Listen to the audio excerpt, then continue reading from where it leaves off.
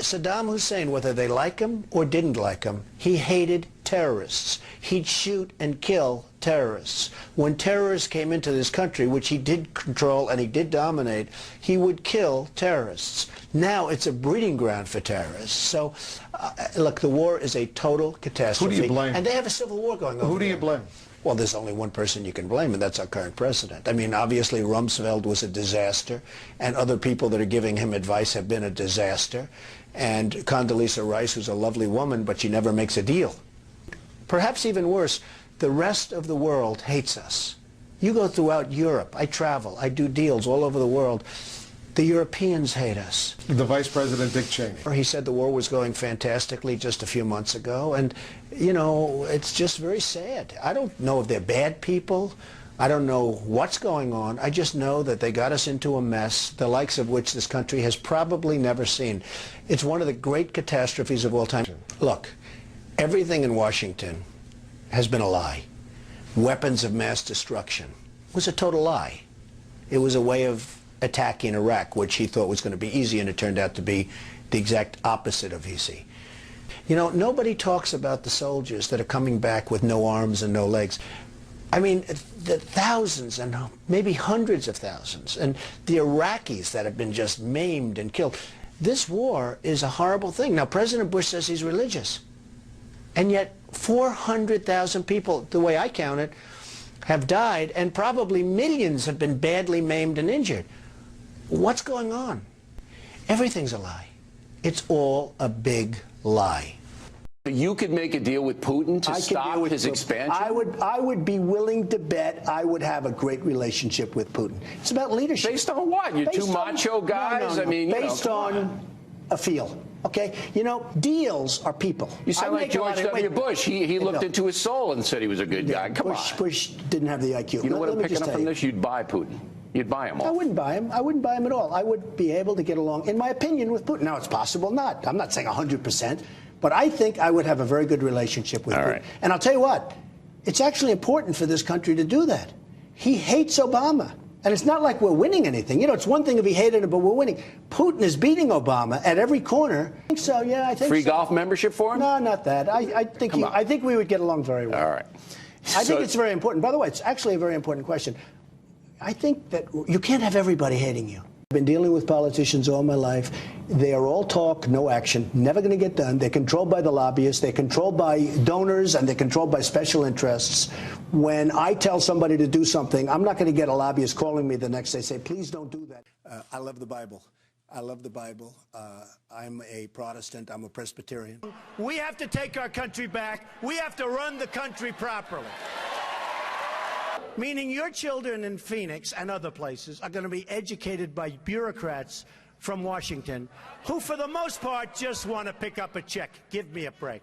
To make our country great again, we have to create borders. Otherwise, we don't have a country. So it's one of many things. But the silent majority is back, and we're going to take the country back. I saw the other day on television people just walking across the border. They're walking. The military standing there holding guns, and people just walking right in front, coming into our country. And we don't have the best coming in. We have people that are criminals. We have people that are crooks. You can certainly have terrorists. You can certainly have Islamic terrorists. You can have anything coming across the border. We don't do anything about it. So I would say that if I run, and if I win, I would certainly start by building a very, very powerful border. Whether it's China or Japan or Mexico, they're all taking our jobs. And we need jobs in our country.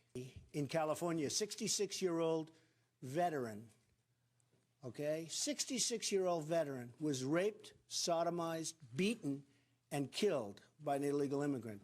And that's a few of the many. The one thing we're going to start with immediately are the gangs, and the real bad ones. They looked at some of the gangs in Baltimore. They looked at some of the gangs in Chicago. They looked even in Ferguson. They got some rough, illegal immigrants in those gangs. They're getting out. Do you mind if I send them out? Now, if they come from Mexico, do you mind if I send them back to Mexico? They're going to be out so fast your head will spin, all right? And we're a country of laws, and we're a country of borders. We have to have a border. And we'll have a border. And we'll have a wall.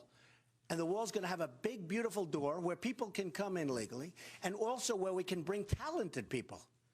We need that in the Silicon Valley. When somebody goes to Harvard, Yale, Princeton, the Wharton School of Finance, we send them out as soon as they graduate. They can't stay here. It's ridiculous. They want to be here.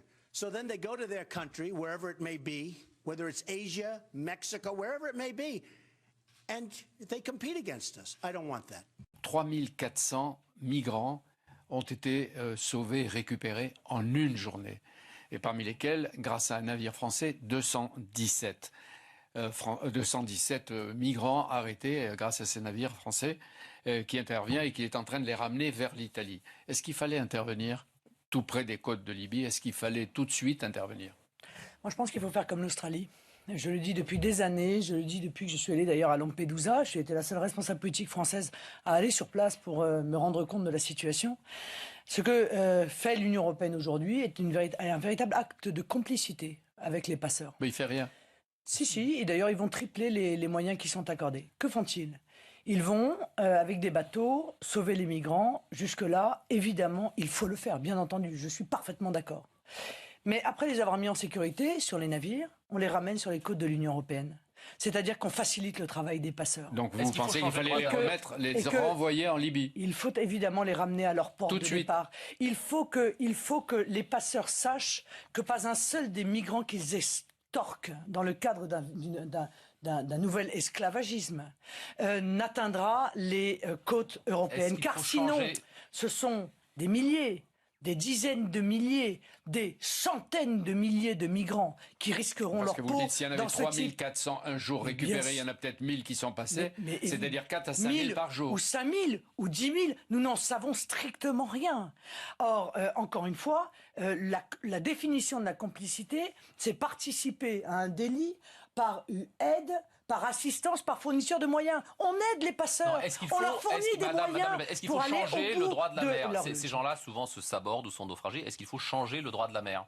Non, il faut les ramener, il faut les mettre en sécurité et les ramener à leur port d'origine. Le droit de la mer dit quand quelqu'un est naufragé, il est secouru, c'est obligatoire, et on le ramène dans le pays du bateau qui secourt. Donc est-ce qu'il faut changer le droit international? Il faut les ramener, comme le fait l'Australie, vers leur port de départ. L'Australie a réussi, avec cette politique, à avoir 0 migrants clandestins et à avoir 0 morts au large de leurs côtes. Voilà, c'est ce qu'il faut faire. Mais il faut aussi se souvenir qui est responsable de cette situation.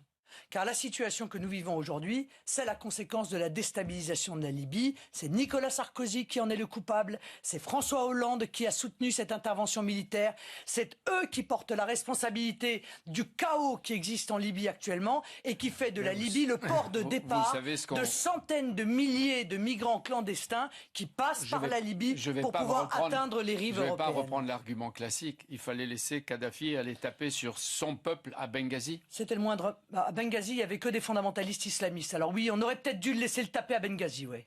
Il y aurait eu moins de fondamentalistes islamistes, et ce sont eux, les fondamentalistes islamistes, qui ont pris le pouvoir en Libye. Les Français, les Anglais, tous associés, ont sauvé des islamistes djihadistes. Oui, ils ont donné les clés de la Libye aux fondamentalistes islamistes, dont le premier acte a été de mettre en place la charia. Et ils ont continué dans l'erreur en soutenant les fondamentalistes en Syrie. Aujourd'hui, l'ensemble de cette région est une vaste poudrière. Les erreurs qui ont été faites par nos dirigeants sont des erreurs qui sont meurtrières. Mais vous avez vu que demain, il y a un sommet des pays arabes. Et que pour la première fois, un occidental est invité, c'est François Hollande, président de la République française. Et qu'en ce moment, à la fois l'Arabie Saoudite et le Qatar sont en train de changer. Eux-mêmes s'attaquent à Daesh, au terrorisme, même si au début, ils les ont financés avec le nouveau roi Salman et avec le nouvel émir. Il y a un changement. Là, peut-être qu'on ne l'a pas tous suffisamment perçu. J'aimerais bien attendre d'en avoir véritablement des preuves. Vous voyez, j'aurais bien aimé qu'avant de vendre, en vendant le Rafale au Qatar, on ait une clause peut-être, exigeant que le Qatar ne finance, ni d'aide, ni soutienne le fondamentalisme islamiste, où que ce soit dans le monde. Ceci n'a même pas été exprimé. Mais peut-être qu'il y a un changement d'attitude de l'émir que vous n'avez pas perçu, peut-être nous non plus. Et qu'il n'est pas nécessaire d'avoir des clauses spéciales. Je le souhaite. Mais je n'ai pas obligatoirement envie de faire confiance, a priori, au Qatar, dont je sais la responsabilité qui a été récemment la sienne dans le soutien au fondamentalisme islamiste, dont je sais quelle était la volonté lorsqu'ils ont cherché à investir massivement dans les banlieues françaises. Voilà. Donc je ne les crois pas sur parole. Donc si dans 2 ans vous étiez au pouvoir et qu'il y avait l'idée de vendre des Rafales, vous auriez ou pas vendu les Rafales ou installé une clause spéciale. Oui, bien sûr. Par exemple avec l'Égypte aussi, qui a acheté 24 Rafales et qui va s'en servir le moment venu contre Daesh. Mais l'Égypte lutte contre le fondamentalisme islamiste. Ils en ont apporté eux des preuves. Oui. Moi je crois qu'il faut s'appuyer d'ailleurs sur tous les pays qui luttent contre le fondamentalisme islamiste. Donc l'Arabie Saoudite, l'Égypte. L'Arabie Saoudite, c'est un bon les Émirats Arabes Unis, dont on parle peu, mais qui luttent depuis des années contre le fondamentalisme islamiste. Des Rafales aussi. Et puis la Russie. Car se priver de l'appui d'une grande nation comme la Russie dans la lutte contre le fondamentalisme islamiste est d'une stupidité rare.